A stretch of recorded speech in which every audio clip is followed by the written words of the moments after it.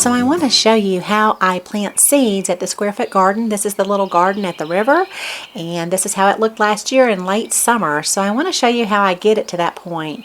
Now first of all, I'm going to walk through the garden here and show you some plants that overwintered. This is a kale-ette that is still alive and thriving in the garden. It has some aphid damage and it's trying to bolt and go to seed, so I'm going to go ahead and remove that. Now I showed you last year how I grew that, and it's a wonderful little plant. Now my chives have come back beautifully, so they're looking really nice. And this is something kind of interesting I'd like to show you. This is some kale that did not make it over the winter and some that did. This is Dinosaur Kale. You'll notice this small plant down here. Let's take a closer look at it. It is trying to go to seed. In other words, it's bolting up through the center. So a lot of times some of your kales will die, or anything that's in the brassicas family, like your collards, broccoli, they'll die back. Some of them may die back during the winter, especially if they're covered under several feet of snow, which this garden bed was. But they will always try to go to seed by producing little, what I call the children plants that come up from the root system. And usually those will, you'll see those in the late fall or possibly in early spring. This is an example of collard greens that have also produced a little baby plant from the root system. I had cut off the parent plant and I left the root system in the soil, but you do see that there are little baby plants coming out from the side, and that is that plant's effort to produce seed, because it's what's called a biennial, and those plants go to seed the second year. So here is some spinach that overwintered too, and I mentioned that in my how to grow spinach video, that sometimes spinach will overwinter fine. So that one did. Now this year I wanted to go ahead and refresh my soil with a little bit more peat moss and compost, because it's been about 2 years since I've done this, and I always add a little more compost, but I noticed that the peat moss is kind of breaking down. There's plenty of what's called vermiculite left in the beds, which is part of the Mel's Mixed Soil Mixture that is described in the book. So anyway, so I went ahead and refreshed the soil, so I have at least 6 to 8 inches of soil to work with in the beds. So this is basically how it looked, and once I got everything cleaned out, I left the kale plant because it's going to seed, and I'm going to save those seeds, and I have everything ready to go. Now, before I go out and get started, I work indoors and I go through all of my seeds. I decide what I'm going to plant, and then I go ahead and I make out my markers. This just makes it easier for me to go ahead and get started. And I put them in a little tray and head outdoors. Now, just because I am planting these seeds, that does not mean that you may be able to also do that wherever you live. So, I always refer you over to the Square Foot Gardening book, because there are some excellent charts there in the back that will walk you through what you can plant. And it always refers to your last frost date, so you'll want to take a look at that, and I'll leave a link below the video here, so you can check out the Farmer's Almanac website, and there you can just put in where you live and they'll tell you your last frost date, and you can just count the weeks around that frost date before and after, and it'll give you a good idea what you can be planting. Okay, now perhaps you live in a warmer climate than I do. There are also some charts on there for planting in late spring, so you might want to get out there and start planting your cucumbers from seed and your squashes from seed. Some of these are recommended that you plant from a transplant. Now, if you didn't get a head start on that, you can always pick those up at your nursery, like your peppers and your tomatoes and those kind of things, okay? But just read your chart and make sure you just refer to your little key there at the bottom. It'll tell you to plant from seed or from plant, okay? So I'm going to go ahead and get started planting carrots here. This is a wonderful little thing to grow. I showed you how to grow carrots. I've always had a lot of success growing these in the Square Foot Garden, but I also grow them in my native soil. But the Square Foot Garden has just a wonderful soil mix that makes it nice for carrots. I'm also going to go ahead and plant a few sugar snap peas.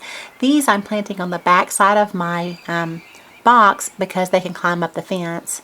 I'm going to sprinkle out just a little bit of lettuce seeds also and cover them very lightly with some soil. And I'll go ahead and water all of these in.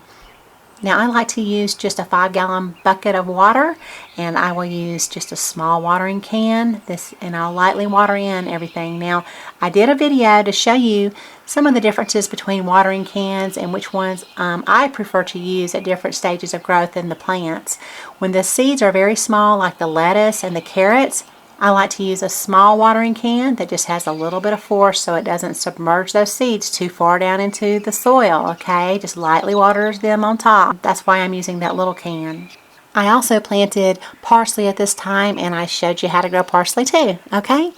Now here are some potatoes. These are the kind that I grew last year, and I like to just go ahead and plant these about 6 inches deep. These are seed potatoes that I picked up at the nursery, and they already have little sprouts coming out on them. So you want to make sure you have little sprouts.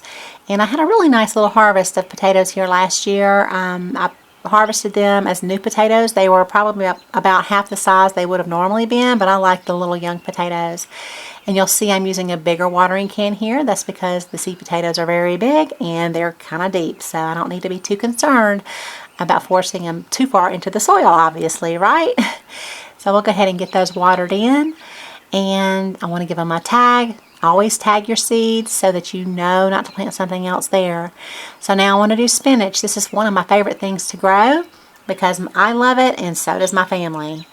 And so we'll go ahead and plant these in the ground here. I want to push them about 1/2 inch deep. I showed you how to do this in the How to Grow Spinach video. We'll just lightly cover them up with some soil and water them in. So I wanted to share with you a little quote here. It says, the best fertilizer is a gardener's shadow. And what that means, basically, just going out to your garden, I say about 15 minutes a day, is a wonderful way to get those plants growing. Just checking on your garden, and these should be enjoyable moments too, just so you know. It shouldn't be a hassle to go out and walk through your garden. And that's what makes square foot gardening so nice, I think, because there's rarely any kind of weeds and the things that, most of the times we don't like as gardeners. The soil is nice, so I just love that little saying. Just make sure to check on your garden every day. Make sure things are coming up and germinating. Make sure you're keeping some seedlings watered regularly so that they do germinate. And you also want to be checking for pests and diseases. Okay, so just every day about 15 minutes, it's nice to walk through your garden.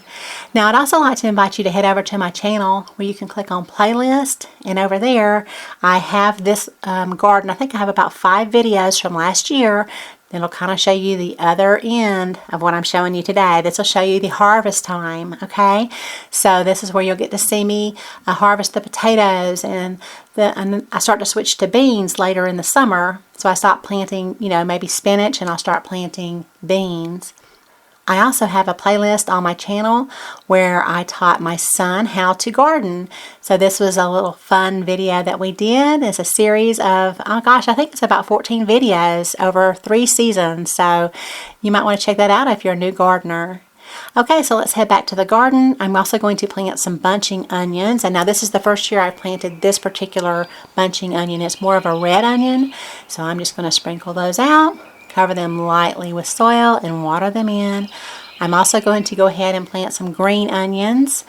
And these are green bunching onions or scallions. You may be familiar with that. I'll plant those the same way. I'll just sprinkle them out and cover them lightly with soil, water them in, and give them a tag. I give them a tag so that I know not to plant something else there. And I'll also plant some cilantro. I usually plant about 4 cilantro plants per square, and I showed you how to grow cilantro, so if you like that herb, go ahead and check out that video. So if you click on any of these little links, the little boxes that I'm putting here on the screen, maybe you're watching them on your computer, those will open up in a new window so that you can watch them later after this video, okay? So it won't interrupt this video. And now I want to plant chervil, which is also known as a French parsley. I'll just scatter these out. And then I'm going to cover them lightly with soil, water them in, and give them a tag. A lot of these plants I'm going to have to go back and what's called thin them later. But I cover the thinning process in all of my How to Grow videos, okay? That's real important when you're growing your herbs and vegetables, is to thin them out. And then something I'm growing that you may not want to grow, but unless you're a southerner, of course, what are called turnip greens. And these are called 7-top turnip greens. And they are grown for the greens only and not the root. So I'll just sprinkle those out, cover them up with a little bit of soil, and water them in and give them a tag. And I'd also like to invite you to head on over to my channel page. Once again, if you'd like to follow me over there on Google+, I'm only on Google+ and YouTube. And so I like to share other gardening related information and recipes that you can use with your garden. So thank you so much for watching, and y'all have a beautiful day.